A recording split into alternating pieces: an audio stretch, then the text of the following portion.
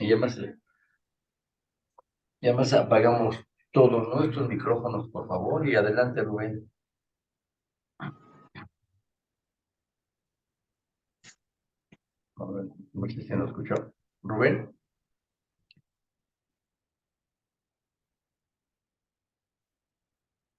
mientras no se vaya el internet, ahí todo está bien. Hermano Rubén, está apagado su micrófono y su cámara. Un segundito, por favor. Ah, perdón. Claro, claro, gracias. Sí. Mientras saludamos a nuestra hermana Celia. Hermana Celia, buenas noches. Ahora está conectándose apenas. Hermana Marisela, qué gusto verle, saludarle, hermanita. Hermana Marisela. Bueno, no. Entonces, adelante, Rubén, sí, esta no vale, porfa. Gracias, Perdón, hermanos, gracias, José Luis. Perdón, mis hermanos. Ahorita exactamente entró una llamada. Discúlpenme. Vamos a iniciar. Quiero que me acompañes a Segunda de Timoteo, capítulo 2, Segunda de Timoteo 2:15. Segunda de Timoteo 2:15. Hoy nos toca ver lo que es la exégesis. La exégesis, ya pasamos por la hermenéutica, la homilética, y hoy cerramos con la exégesis. Otra vez, no puedo extenderme mucho porque es un tema muy grande, voy a resumirlo, ¿ok? Voy a resumir lo que es la exégesis, pero este versículo nos sirve como inicio. Segunda de Timoteo 3:15 dice Pablo a Timoteo: procura con diligencia presentarte a Dios aprobado, como obrero que no tiene de qué avergonzarse, que usa bien, que usa bien la palabra de verdad. Ese verbo usa es un verbo muy importante que significa traza con precisión, traza con cuidado. Y lo que hace un exégeta, que es quien trabaja con la exégesis, es precisamente trazar con cuidado. Va más allá de la homilética, va más allá de la hermenéutica, porque este estudioso de la escritura va a los detalles más sencillos de ella, a lo más preciso de la escritura. Y eso es de lo que vamos a ver en este tiempo. Vamos a orar para pedirle a Dios su bendición. Padre, gracias por este tiempo. Gracias, Señor, porque nos da la oportunidad de seguir aprendiendo, seguir conociendo, Padre. Este conocimiento queremos que sea útil, Señor, para nuestro ministerio, para ese ministerio de la enseñanza que tú nos has dejado, y que, Padre, podamos entender nuestra responsabilidad, lo que tú demandas de nosotros, que es trazar con precisión, trazar bien, usar bien, Señor, tu palabra. Y Padre, para eso necesitamos de tu ayuda, de la ayuda de tu Espíritu Santo, que nos ayude a entender cuál es nuestra responsabilidad, cuál es nuestro trabajo y todo lo que tenemos que hacer con ello, Padre. Bendícenos a través de este estudio, Señor, y háblanos y enséñanos, Padre. Prepáranos, Señor, para seguir sirviéndote en tu iglesia. Te lo pedimos, Señor, en nombre de tu Hijo Jesús. Amén. Bueno, mis hermanos, una de las cosas que más me preocupa es que salgamos con miedo de estas 3 sesiones y digamos, yo no sirvo para eso, yo no puedo usar ni la homilética, ni la hermenéutica, ni la exégesis, eso no es para mí. No te preocupes. Obviamente requiere trabajo, requiere un esfuerzo, obviamente requiere preparación, pero es algo que cualquiera de nosotros puede hacer, cualquiera de nosotros puede realizar. Entonces, vamos a empezar por el principio. ¿Qué es la homilética? ¿Qué es la homilética? Bueno, para hablar muy sencillito, la exégesis es la interpretación objetiva de un texto, la interpretación de un texto, hasta los detalles más pequeños que hubiera en el texto. Ahora, imagínate que tienes un tío rico que te deja una herencia y te nombra a ti como el único heredero de todos sus bienes. Tú sabes que tú eres esa persona, tú sabes que eres el heredero, y creo que todos nosotros nos gustaría ver el testamento de nuestro tío para conocer perfectamente la voluntad de nuestro tío y de manera que podamos comprender que lo que nos dieron sea todo lo que nuestro tío nos dejó. Intentaríamos encontrar hasta los más mínimos detalles para evitar que alguna herencia, que algo que nos heredó se pierda. O imagínate que estuvieras enfermo, tuvieras una enfermedad grave, terminal, y escuchas que hay un médico que sabe la cura de tu enfermedad y te dice qué dieta debes de llevar para sanar. Y entonces vas a recibir la receta y tú harías todo lo que esté en tu mano para entender lo que el médico quiere decir de ese régimen, de esa dieta, y hacer todo lo que te pide ese médico. ¿Cuánto más deberíamos de conocer sobre la palabra de Dios? Porque la palabra de Dios es un tesoro que Dios nos ha dado. La Biblia no es un libro, aunque lo tenemos en las manos y realmente en cuanto a costo monetario no es muy grave, muy gravoso. Tener la Biblia en nuestras manos ha sido costoso. Muchos de los hombres que escribieron la Biblia murieron por ello. Otros sufrieron por su fidelidad a la Escritura. Muchos murieron por traducir la Escritura a nuestro idioma. Y este libro ha sido preservado y transmitido a través de muchos esfuerzos de mucha gente. Ha sido traducido a la lengua nativa de miles de personas, de miles de naciones, de pueblos, a veces costando la vida de quien la traduce. Y obviamente eso implica tiempo, dinero, esfuerzo, energía, etcétera. Este libro para nosotros es un tesoro. Es la palabra de Dios que está en nuestras manos. Por eso los apóstoles, al entenderlo, hicieron de esto su vida. Ellos valoraron al tal grado la palabra de Dios que dieron su vida por lo que ellos estaban escribiendo. Entonces, de este libro aprendemos no solo de Dios, sino de lo grande que es nuestro Dios, del Dios que hizo todas las cosas que podemos ver. Entonces, en este libro aprendemos de nuestro Dios soberano y de el Padre que nos dice qué quiere de cada uno de nosotros. Entonces, la palabra de Dios es valiosa y debido a que la palabra de Dios es valiosa y es escrita por Dios, por lo tanto es inerrante, infalible y tiene autoridad y nos dice qué debemos de creer acerca de Dios y cómo Dios quiere que vivamos. Entonces, lo que en ella encontramos es algo valioso y es algo muy grande. No es algo tan fácil como 3 líneas. Ojalá la Biblia hubiera sido 3 líneas, ¿no? Haz esto, esto y se acabó. Pero no, Dios nos ha dejado su autoridad en su palabra y Él quiere que hagamos lo que Él nos ordena. Y si Dios nos ordena algo que no queremos hacer, ¿qué hacemos? Tenemos que hacerlo. Y si Dios se revela a sí mismo de una manera diferente a como creemos, ¿qué deberíamos de hacer? Pues creer como lo dice la Escritura. Entonces, esto nos lleva a ver el valor de estudiar con precisión la palabra de verdad. No importando cuál es el significado que yo quiero, pretendo que diga la Escritura, sino el significado del autor, independientemente de lo que me haga hacer o no la palabra.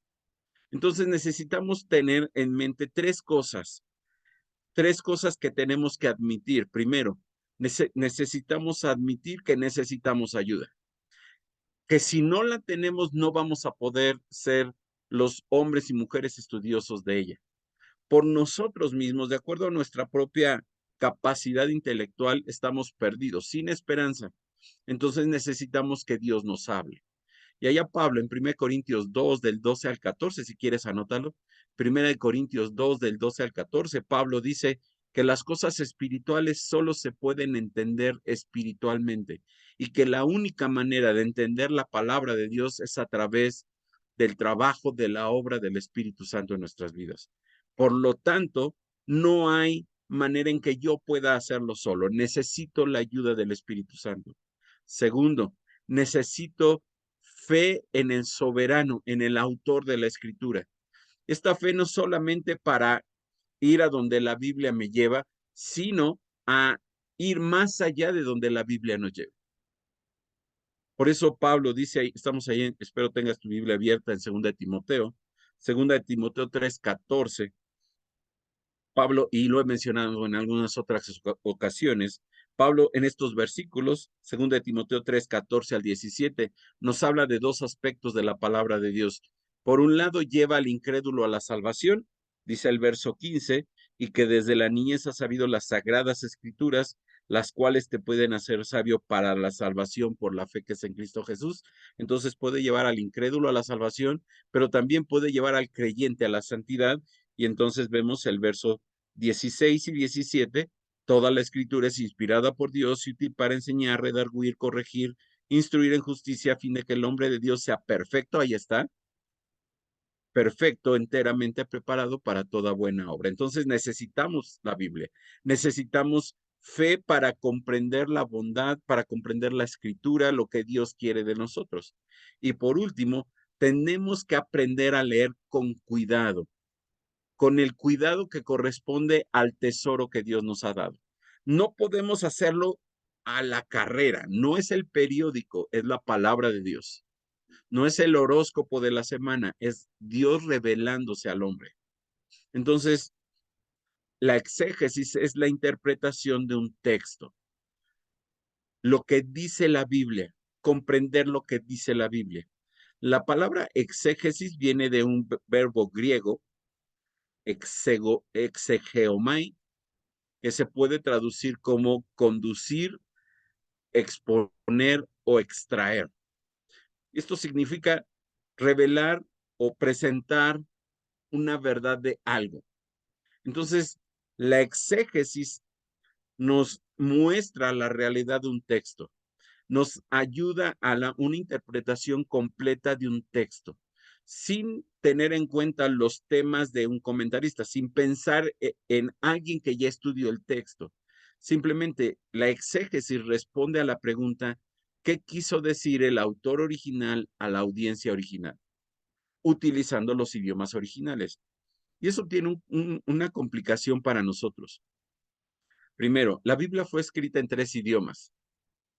Hebreo, prácticamente todo el Antiguo Testamento, arameo, algunas secciones de Esdras y de Daniel, y griego, el Nuevo Testamento. Ninguno de nosotros tiene como idioma nativo o materno ninguno de estos 3 idiomas. Por cierto, 2 de ellos, o uno de ellos, el arameo, prácticamente nadie lo usa. Existe el hebreo, existe el griego, pero ni siquiera es el griego y el hebreo bíblico. Entonces, no son idiomas sencillos, no son idiomas fáciles. Si a mí me preguntas cuál es más fácil entre el griego y el hebreo, es más fácil el hebreo, porque es literal, no tienes complicaciones. En el hebreo, cada palabra puede tener varios significados y puede tener muchas maneras de interpretar. Entonces, la exégesis responde a la pregunta, ¿qué quiso decir el autor original a la audiencia original utilizando los idiomas originales? Y encontré una cita y se las quiero decir y se las voy a repetir al final. Wilbur Smith dijo, los estudiantes de exégesis han sido apartados nada menos para el entendimiento y la apertura de los tesoros escondidos de la palabra de Dios y del Hijo de Dios. No todos somos exégetas. Yo no me considero un exégeta, pero hay quien lo hace, hay quien va a las palabras, a los originales, al idioma, a ver qué significa cada palabra en la escritura. Ahora, ¿puedes hacerlo? Sí, si quieres hacerlo, hazlo. Si quieres hacerlo, hazlo. Es hermoso estudiar los idiomas, es hermoso estudiar las palabras, lo que cada palabra significa en el contexto, en el lugar, en el idioma, en el pasaje, en el libro, en el autor, porque va cambiando. Y voy a explicar eso en un rato más. ¿Cuáles son las metas del exégesis? 2 en particular. En particular, la exégesis tiene 2 metas. Primero, afectar los sentimientos o tocar los sentimientos o cambiar los sentimientos. Dice Isaías 66:2, quiero que lo busques. Isaías 66:2 es el último capítulo de Isaías, verso número 2. Mi mano hizo todas estas cosas, y así todas estas cosas fueron, dice Jehová. Escucha, pero miraré a aquel que es pobre y humilde de espíritu y que tiembla a mi palabra. Repito la segunda parte, pero miraré a aquel que es pobre y humilde de espíritu y que tiembla a mi palabra. Y realmente ojalá tuviéramos el mismo temor de los judíos al escuchar a Dios hablar. ¿Te acuerdas? Con Moisés sube al monte Sinaí a recibir las tablas de la ley. Y Moisés les dijo, no, Dios ha puesto este límite, ustedes no suban. Y dijo el pueblo, no queremos subir porque tenemos temor de Jehová, tenemos miedo de acercarnos a Dios. Y a veces nosotros no tenemos ese mismo temor, no temblamos cada vez que vamos a estudiar, cada vez que vamos a enseñar la palabra de Dios. Pero tenemos que confesar que a veces o muchas veces cuando escuchamos a Dios hablar a través de su palabra, nos resulta impresionante, pues algo que Dios escribió a través de los hombres hace más de 2000 años, tenga un impacto tan grande en nuestra vida. ¿No te ha pasado? A mí sí, que a veces yo leo algo y digo, ¿cómo es posible que esto ahorita me esté hablando a mí cuando lo escribió un hombre que ni siquiera me conoce? Pablo a mí no me conoció. Y muchas veces yo he pensado que Pablo me está hablando directamente a mí. Obviamente es Dios, es el Espíritu Santo que ha utilizado su palabra para hablarme. Pero eso es lo que sucede con la palabra de Dios.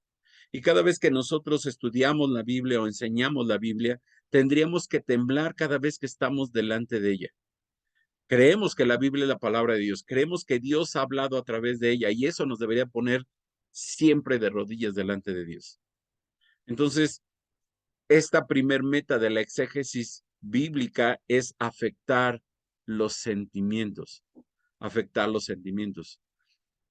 La Biblia tiene por objetivo afectar nuestro corazón, cambiar nuestra manera en cómo nos sentimos acerca de Dios y acerca de su voluntad. Entonces, si Dios es un Dios vivo y Dios está hablándome a mi vida, simplemente lo que habla va a tocar mi vida, va a transformar lo que yo creo. Y quiero que pongas ahí una marca en Timoteo, porque voy a regresar al rato ahí. Acompáñame a Hebreos capítulo 4. Hebreos capítulo 4. Creo que todos nos sabemos ese pasaje. Hebreos 4:12.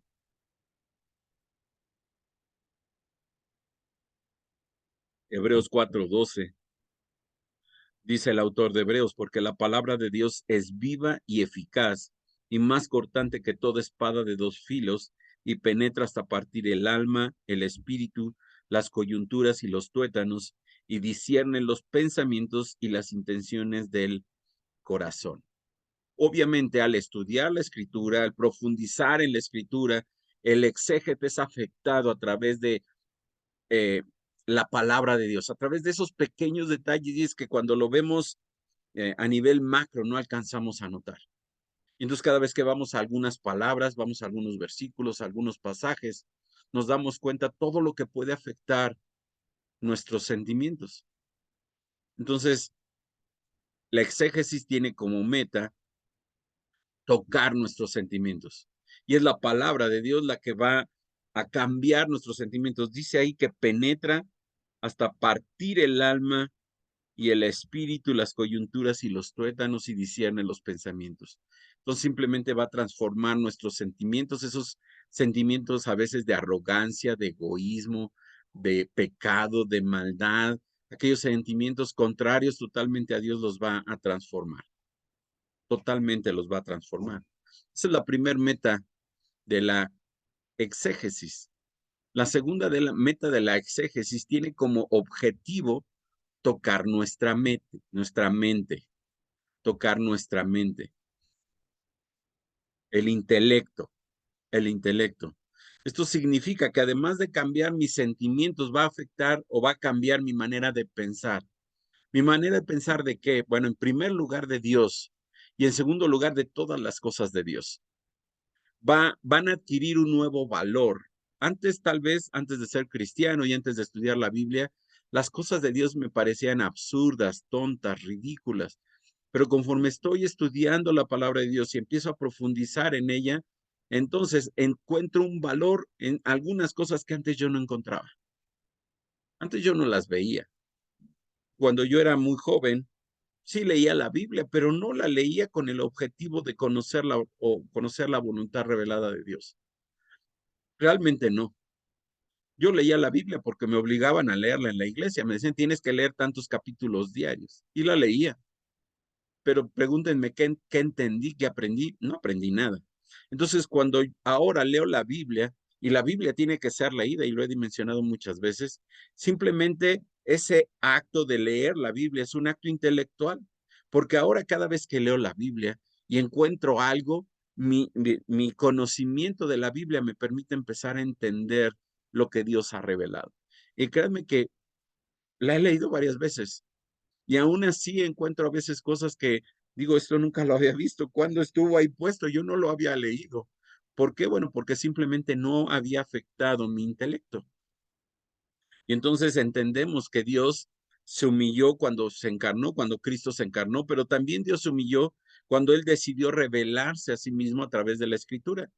Entonces simplemente lo que tenemos en las manos, la Biblia, es la revelación de Dios en lenguaje humano. Esto es interesante. Dios no necesitaba haberse revelado. Dios pudo haber dicho, bueno, yo ya los hice, yo ya los puse en un mundo, ya les di mi ley y ahora hagan lo que quieran. Pero no, Dios no hizo eso. Dios se reveló en lenguaje de los hombres particulares en algún momento, en algún tiempo particular y en lugares particulares. Y voy a explicar esto.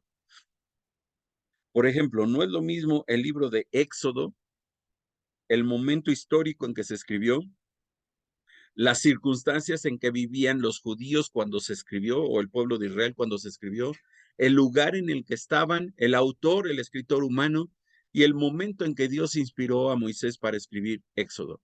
No es lo mismo el libro de Éxodo que, por ejemplo, el libro de Hechos.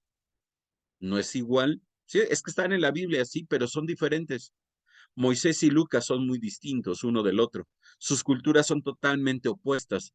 Moisés fue criado en casa de Faraón, él conocía el idioma egipcio, él conocía esa parte egipcia, él no sabía nada de griego, por cierto, el griego tal vez ni existía.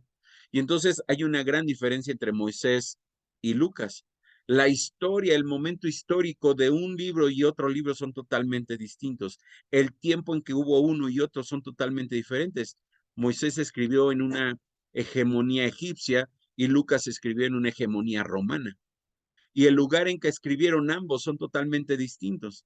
Entonces, esto es importante de entenderlo cuando estamos estudiando la Biblia a través de la exégesis. Entonces, cada vez que Dios habló a través de hombres, no siempre usó la misma lengua. Con Moisés tal vez fue de una manera, con Lucas fue de otra manera. Tampoco fue el mismo estilo. No es lo mismo una poesía que una profecía o que una narrativa del Nuevo Testamento. No es igual. Y el vocabulario también cambia mucho. Si tú lees Génesis, si tú lees Levítico, el vocabulario es muy distinto al libro de Romanos o al libro de Apocalipsis. Todo esto nos muestra que Dios usó el lenguaje del hombre, el estilo del hombre, el vocabulario del escritor bíblico de manera individual. Y esto solo lo pudo hacer un Dios totalmente soberano, porque la Biblia no se escribió en el mismo momento a través de un grupo de hombres que se conocían. No, se escribió a lo largo de 2000 años a través de hombres que tal vez nunca se conocieron, pero que todos siguieron una misma línea, un mismo objetivo, porque el autor bíblico, el autor de la Biblia es Dios.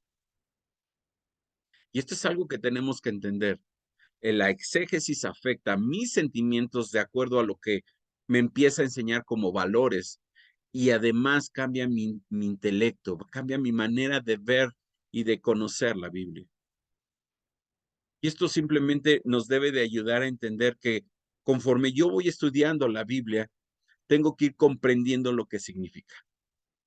Por ejemplo, voy a poner un ejemplo, aunque al rato voy a poner otro ejemplo. Si nosotros queremos comprender lo que Dios quiere decirnos con la palabra sabiduría. Por ejemplo, la palabra sabiduría la encontramos en el libro de Eclesiastés, en el libro de Proverbios, en el libro de Salmos, en el Nuevo Testamento, en el libro de Santiago. Bueno, vamos a poner estos dos, Proverbios y Santiago. Bueno, la palabra sabiduría en Santiago 1:5 no es igual a la palabra de Proverbios capítulo 1. Aunque en nuestro español se lee igual sabiduría, tenemos que entender qué entendía Santiago por sabiduría y qué entendía Salomón por sabiduría. Y además, no solamente qué entendió el escritor bíblico, ¿Qué entendió el que recibió el libro como primer lector? Por ejemplo, ¿qué entendieron los judíos a quienes Salomón les escribe el libro de Proverbios por la palabra sabiduría? Y estoy seguro que no es lo mismo que entendieron los receptores cristianos que recibieron la carta de Santiago al leer la palabra sabiduría. Entonces, aunque las dos utilizan la misma palabra en nuestro español, los dos usos que tienen cada una son diferentes. Probablemente no tienen el mismo significado. Pueden parecerse, pero no necesariamente tienen el mismo significado. Entonces, Dios utilizó un lenguaje para hablar a Salomón y que Salomón escribiera Proverbios, y Dios utilizó un lenguaje para hablarle a Santiago, para que Santiago escribiera el libro de Santiago. Entonces, ahí es donde hay mucho trabajo por hacer. Ahí es donde nosotros, como estudiosos de la Biblia, tenemos que ir más allá de un diccionario Larousse. El diccionario Larousse a nosotros, en nuestro español, nos puede ayudar, pero realmente un maestro bíblico como tú y yo, tenemos que ir más allá del libro del diccionario Larousse de los niños de primaria. Probablemente buscar un diccionario bíblico, tal vez un diccionario, un diccionario que me hable por palabras de la Biblia. El diccionario El Vine es un buen libro, es un muy buen diccionario. El Vine, Vine, así con V, como vino, Vine o Vine. También te puede servir mucho una concordancia tipo Strong, la concordancia de Strong, que es una concordancia que tiene que ver con las palabras de la Biblia. Y bueno, ojalá tuvieras la oportunidad de conseguirlo. Un hermano en la iglesia consiguió 2 concordancias Strong en 50 pesos en un tianguis, en un tiradero de libros. Ese libro cuesta ahorita más de 1,500 pesos. Él la consiguió en 50 pesos. Entonces, pues ahora que vayas al tianguis, busca donde venden libros y busca que haya un libro bíblico. Cualquier libro bíblico bueno podría ayudarte. Ojalá pudieras conseguir una concordancia. La concordancia ayuda mucho. Esa concordancia Strong, el diccionario Vine, un buen comentario bíblico. Pero aún eso, los comentarios bíblicos ayudan, pero no solucionan el problema. ¿Por qué no solucionan el problema? Bueno, porque en realidad la, la, uh, lo que tiene que suceder va más allá de un comentario. Tienes que ir a las palabras. Entiendo, no sabemos griego, no sabemos hebreo, no sabemos arameo y eso de andar buscando palabras. Bueno, esas herramientas ayudan. Esas herramientas ayudan. Ahora, voy a detenerme tantito antes de seguir un poco más adelante. Entendemos que la Biblia es la verdad, que la Biblia es la palabra de Dios, que es infalible, que es perfecta porque Dios la hizo, que es nuestra regla de fe y práctica. Y entonces la tarea de hacer una buena exégesis es una tarea humilde, pues demanda que lo que yo creo como verdad pase a segundo plano. Primero tengo que ver qué dice la Escritura y entonces tengo que ver si eso que yo creía se ajusta a lo que dice y si no tengo que ver qué está pasando, en dónde está mal mi conocimiento bíblico. Y entonces hablamos de humildad. Es cierto que afecta a los sentimientos, es cierto que afecta el intelecto, pero en particular debería de afectar nuestra humildad. No hay peor cosa que una persona que va a estudiar la Biblia llegue y le diga a Dios, yo ya sé qué quieres, solamente quiero confirmar lo que yo creo es la verdad. Eso habla de orgullo. Debemos de ir a la Biblia con la humildad suficiente como para decir, Señor, no entiendo nada, ya lo leí, no lo entiendo, no sé qué quieres decir, enséñame a través de tu palabra. Y eso requiere que nuestro orgullo se tire al piso, porque simplemente tenemos una incapacidad natural de entender la Escritura. Piensa un poquito en Pablo. Pablo era un hombre que había sido creado a los pies de Gamaliel, la mejor escuela judía de su momento, el mejor de los maestros. Era un hombre, lo dice ahí en Filipenses, era un hombre que simplemente en su mundo judío no había comparación como él. Era el hombre, el judío ideal de todos. Sin embargo, Pablo tuvo que ser humillado por Jesucristo para que Pablo reconociera que Jesucristo es el Señor. Es lo mismo que tenemos que hacer tú y yo. Tú y yo no podremos pasar de ser eh, eh, orgullosos en el estudio de la Escritura hasta que no ese orgullo sea derrumbado por el Señor. Y es ahí donde el Espíritu Santo actúa en nuestras vidas y nos ayuda a entender que somos dependientes por completo de Él. No es una tarea sencilla, no, pero primero que tiene que suceder es que nuestro orgullo tiene que ser derribado. Lo primero que hace el Espíritu Santo en nuestra vida es eso, quitar nuestro orgullo, nuestra arrogancia, perdón, para que cada vez que vayamos a la Biblia vayamos con el espíritu correcto, con la humildad correcta, entendiendo que quien me va a enseñar es Dios a través de su palabra. No yo le voy a enseñar a Dios lo que Dios debió de haber dicho. No, porque eso habla de arrogancia, habla de orgullo. Entonces, el Espíritu Santo nos hace enseñables porque nos hace humildes y somos fácilmente receptores de esa enseñanza porque ahora puedo aceptar todo lo que me diga. Nos hace confiar totalmente en la gracia, en la misericordia de Dios. Nos hace confiar en su poder, en su verdad. Y simplemente mi ego, lo que yo creía saber, se viene abajo. Se viene abajo y ya no significa nada. Quiero comentar algo antes de continuar. Hace muchos años, cuando yo estaba en el seminario, yo llegué al seminario diciendo, bueno, ¿y qué me van a enseñar si yo ya sé?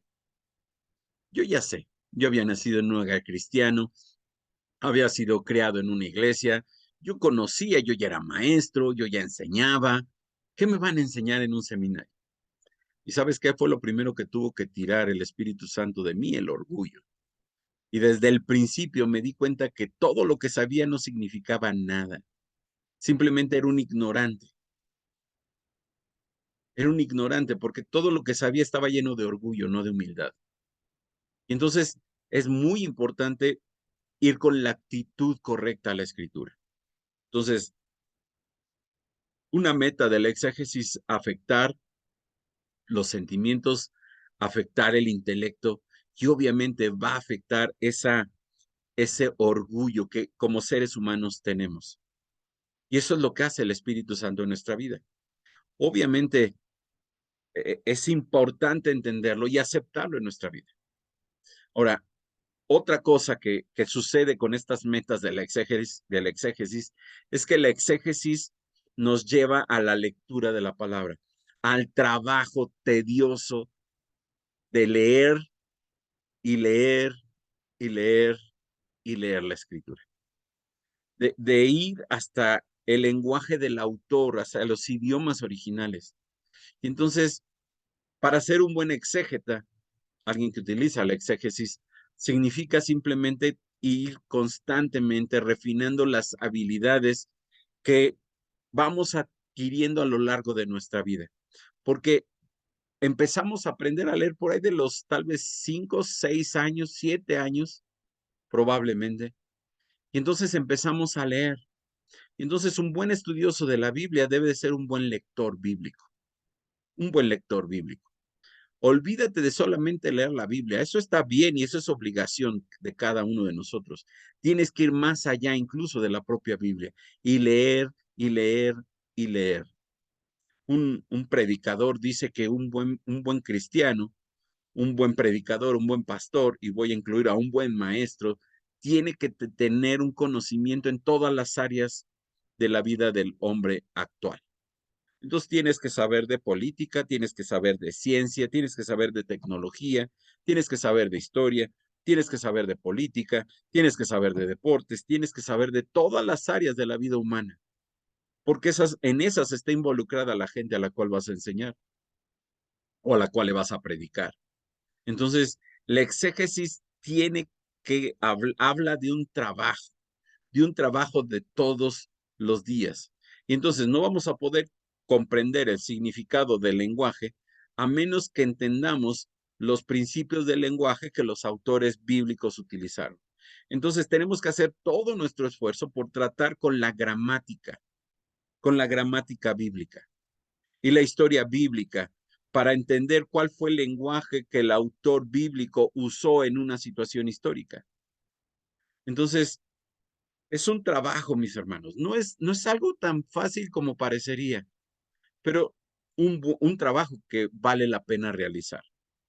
Entonces, digamos que en un ejercicio de exégesis consiste en revisar, por ejemplo, el contexto histórico, el contexto cultural del texto que vamos a interpretar, teniendo en cuenta las traducciones, las palabras, las variables, las palabras especiales, los límites del pasaje, el contenido y el contexto interno y externo. En otras palabras, es tener una visión científica sobre un texto bíblico. Y bueno, eso no es tan fácil como parece. No es tan sencillo como parece. Y eso, por ejemplo, es algo que vale la pena realizar.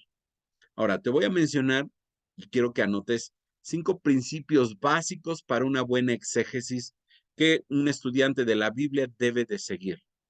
5 principios básicos. Primer principio básico, el principio gramatical. Escribe, el principio gramatical.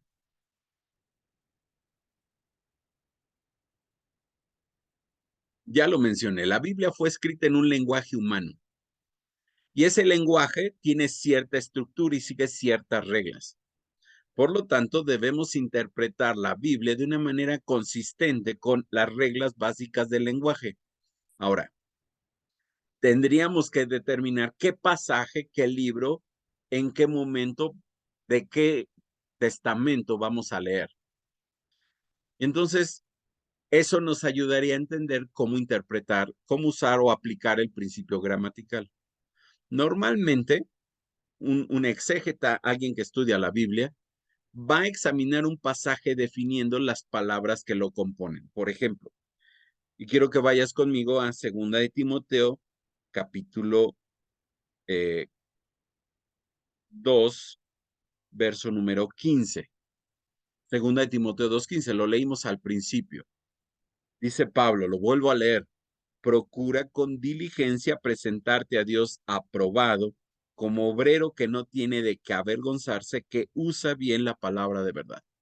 Ahora, tendríamos que separar este versículo por palabras. Ahora, si lo hacemos en español, está bien, pero lo ideal sería ir al griego y hacer esa misma separación de palabras en griego. Nos vamos a dar cuenta de algunas cosas. Probablemente no fue traducido de manera literal. Probablemente tuvieron que, para traducirlo al español, agregar algunas palabras para darnos una idea completa del pasaje. Entonces, tendríamos que ver qué palabras componen ese versículo. Segundo, tendríamos que buscar las definiciones para entender de cada palabra, para entender el pasaje en su contexto. Por ejemplo, ¿qué significa el verbo aprobado? ¿En qué tiempo? ¿En qué modo? ¿De qué manera está escrito? ¿Qué significaba en tiempos de Pablo? ¿Qué entendió Timoteo por la palabra o por el verbo aprobado? Y entonces, no puedo ir al diccionario Larousse y ver qué significa la palabra aprobado, porque probablemente es muy distinto a lo que significaba para, o a lo que significó más bien para Timoteo que Pablo le escribiera ese verbo. Entonces, no es un diccionario Larousse, un diccionario moderno el que me va a dar el significado. Y entonces, tengo que buscar un diccionario en griego o en hebreo, dependiendo dónde encuentre o dónde esté mi pasaje. Y tengo que buscar la mejor traducción posible o el idioma original. Y entonces, ya tengo las palabras, ahora tengo que examinar la sintaxis. ¿Cómo se relaciona cada palabra con la otra? Por ejemplo, aquí dice, procura con diligencia presentarte a Dios aprobado. ¿Qué significaría para Timoteo la frase presentarte a Dios aprobado? Y entonces examino las palabras y luego examino cómo cada palabra se relaciona una con la otra. Y bueno, probablemente voy a tener que buscar cuáles son las ideas más importantes, cuáles son las ideas menos importantes, cuáles son las palabras clave, cuáles son las acciones, cuáles son los temas, cuáles son los elementos que contiene cada versículo. Incluso tendría yo que poner como una especie de esquema y ver cómo funciona el versículo y qué significa cada palabra dentro de todo este versículo. Y ese es el principio gramatical. Se oye muy fácil, pero no lo es. Pero tampoco te espantes, porque no es el único principio. Segundo principio, principio literal. Esto significa que asumimos o creemos que cada palabra de un pasaje tiene un significado normal y literal. Segundo principio, principio literal. A menos que el mismo pasaje nos dé una buena razón para verlo como una figura retórica. Y entonces el exégeta no se esfuerza en espiritualizar o hacer alegorías.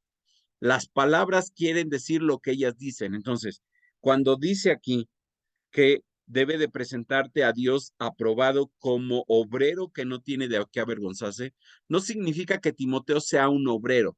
Observa que dice como obrero que no tiene de qué avergonzarse. Entonces, no es que Timoteo sea un obrero de Dios, sino que como obrero de Dios debe de buscar con diligencia presentarse a Dios aprobado. Entonces, tenemos que entenderlo de manera correcta. Entonces, por ejemplo, si la Biblia menciona un caballo, ¿qué significa? Pues un caballo. No puede significar una cebra o un burro. Cuando la Biblia habla, por ejemplo, de la tierra prometida, se refiere a una tierra literal, a un terreno que se le dio a Israel y no se debe de interpretar como, por ejemplo, hablando del cielo, ¿no? Es que la tierra prometida es el cielo. No, no, la tierra prometida es la tierra prometida. Por ejemplo, cuando dice que David tomó piedras para ir en contra de Goliat, ¿qué tomó David? Piedras. Piedras. En una ocasión yo escuché a algún predicador que decía que una era la piedra de la fe y otra la piedra de la esperanza y otra piedra. No es cierto. David no pensó en eso. David pensó, necesito piedras para ir en contra de Goliat. Principio literal. Tercer principio, principio histórico. Principio histórico. Con el paso del tiempo, y ha pasado mucho tiempo entre los escritores bíblicos y nosotros, la cultura cambia, los puntos de vista cambian, el lenguaje cambia. Entonces debemos de tener mucho cuidado de interpretar la escritura de acuerdo a nuestra cultura. La Biblia, cada pasaje de la Biblia tiene un contexto histórico en el momento en que fue escrito.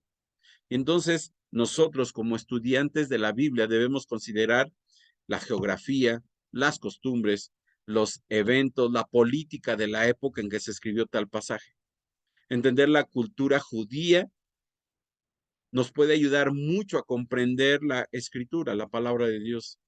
Y entonces, ahí no podemos irnos al pasado, no hay manera de ir al pasado para ver cómo vivían los judíos o cómo vivían los babilonios con el tiempo de Daniel o cómo vivían en la primera iglesia allí en Jerusalén. No podemos ir. Y entonces tenemos que hacer una investigación.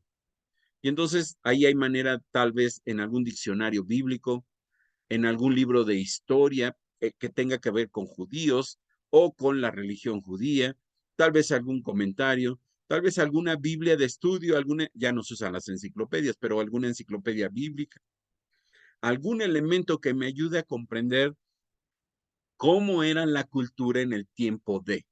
Por ejemplo, he escuchado mucho, y yo creo que tú también, cuando dice Jesús que qué difícil es que un rico pase al reino de los cielos, que es como un camello entrar por el ojo de una aguja. Y entonces yo he escuchado que en las ciudades había una puerta por la cual un camello tenía casi que hincarse y pasar de rodillas, y era una especie de manera de evitar que entrara mucha mercancía y que ese era el ojo de una aguja. Bueno, esas puertas históricamente nadie las ha encontrado. Se oye muy bonito, pero históricamente no hay una sola evidencia que diga que ese tipo de puertas existen. En realidad, ¿qué está diciendo Jesús? Es imposible. Está hablando de algo imposible. Es imposible que un camello entre por el ojo de una aguja. ¿Cuál aguja? Pues la aguja para coser telas. Y uno dice, bueno, pues sí es imposible. Y de eso está hablando Jesús. Entonces, el principio histórico es muy importante. Voy a repetir los tres principios: principio gramatical, principio literal, principio histórico. 4, el principio de síntesis. el principio de síntesis. Y esta es una de las reglas de la hermenéutica que mencioné hace 3 meses o 2 meses. El mejor intérprete de la escritura es la misma escritura. Entonces, nosotros debemos de examinar, de ir a la escritura, a la Biblia, para estudiar un pasaje teniendo en cuenta su contexto inmediato. Entonces, por ejemplo, si vamos a estudiar segunda de Timoteo 2:15, ese es nuestro versículo que vamos a estudiar. Nuestro contexto inmediato son los versículos que están alrededor. Lo que dice Pablo del verso 1 del capítulo 2 de segunda de Timoteo 2:1 al 2:14 y luego del 2:16 al 2:26. Ese es nuestro contexto inmediato, pero también su contexto más amplio. Y ahí entonces nos vamos a todo el libro de segunda de Timoteo, a todo el Nuevo Testamento y luego a toda la Biblia. Y entonces, este principio me dice que yo no puedo pensar que aquí hay una contradicción. Si esto dice aquí y con el contexto lo puedo corroborar, no hay manera de que haya una contradicción a esto. La Biblia no se contradice, Dios no se puede contradecir a sí mismo. Entonces, cualquier declaración teológica en un versículo, tenemos que armonizarlo de alguna manera con otras declaraciones, con otros pasajes de la Escritura. Entonces, una buena interpretación de la Biblia relaciona cualquier pasaje con el contenido completo de la Escritura. Entonces, si yo leo aquí que Timoteo debe procurar con diligencia hacer todo su esfuerzo por presentarse a Dios, delante de Dios, aprobado como un obrero que no tiene de qué avergonzarse, que traza con precisión o que usa bien la palabra de verdad. No puede haber un versículo fuera de aquí, en todo el contexto bíblico, que vaya en contra de eso. Y no lo hay. Simplemente no lo hay. Entonces llegamos por último al quinto principio, el principio práctico. ¿Qué significa o qué dice este principio? Bueno, una vez que hemos examinado correctamente el pasaje para entender su significado, tenemos la responsabilidad de aplicarlo a nuestra vida.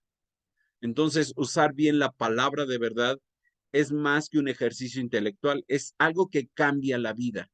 Y entonces lo aplico esto a mi propia vida. ¿Qué quiere Dios de mí? Y entonces ya lo estoy aplicando. Yo debo procurar con diligencia presentarme delante de Dios aprobado, como un obrero que no tiene de qué avergonzarse y no se avergüenza.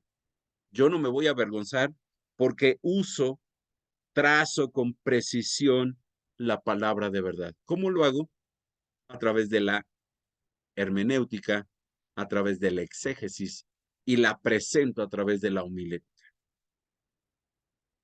No es fácil, pero tampoco es imposible. Es algo que requiere trabajo, mucho trabajo. Hace algunos años, muchos años, no recuerdo cuántos, mi mamá me regaló una Navidad, la Concordancia de Strong. Y yo cuando la vi dije, ¿yo para qué quiero ese libro tan grandote? ¿Yo para qué quiero ese libro? Yo dije, mi mamá se está equivocando, eso no es para mí. Me hubiera regalado, no sé, una camisa o alguna otra cosa. Después de revisar el libro, me di cuenta que en muchas ocasiones fallamos en nuestra interpretación o nuestra enseñanza bíblica por no comprender las palabras bíblicas, por no ir más allá de solamente el estudio en el español.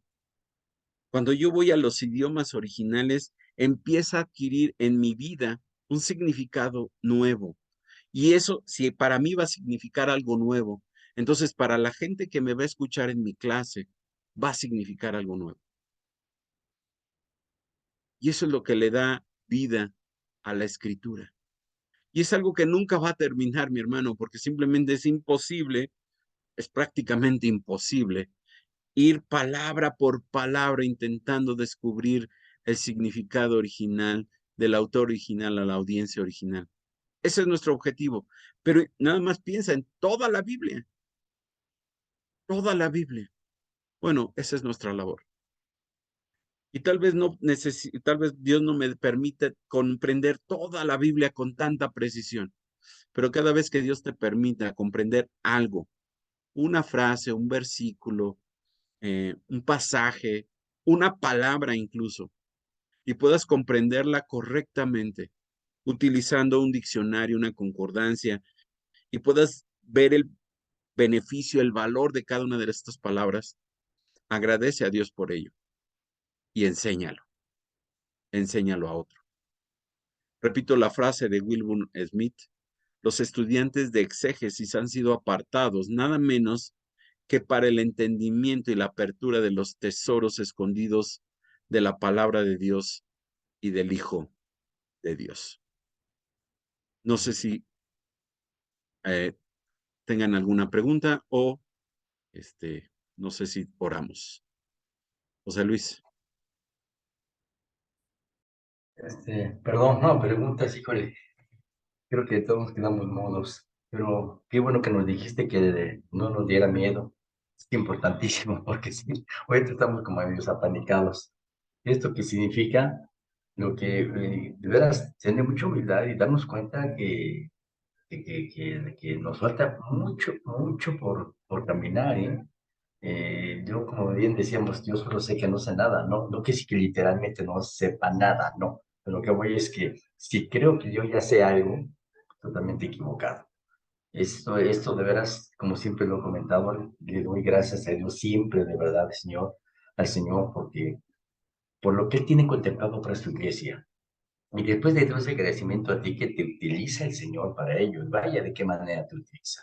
Y después de ello, el agradecimiento con uno de mis hermanas y hermanos aquí presentes, que hemos perseverado. Si te das cuenta, tenemos todos los maestros que dan clase en la iglesia, hermanas de niñez, incluso tenemos hermanos y hermanas invitadas como prospectos, no quise que ya sean maestros, no mucho menos, pero más para que se den una idea de lo que significa ser maestro. No es cosa menor. De hecho, lo sabemos que es la columna vertebral de la iglesia. Y esto que nos acaba de dar exégesis, nunca pensé que fuera tan complicado, tan difícil.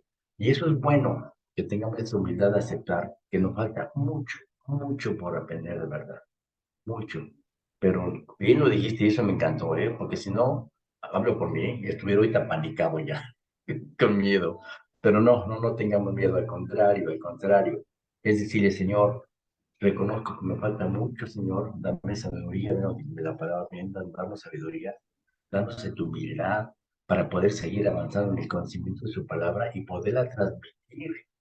Pero dijiste algo importantísimo que fue en tu principio, ponerlo en práctica en nosotros primero para que nuestros alumnos vean todo ello. Aquí tengo varias manitas que sí vale la pena escucharlo de verdad, ¿eh? Voy a empezar siempre por las damas, se van a ir adelante.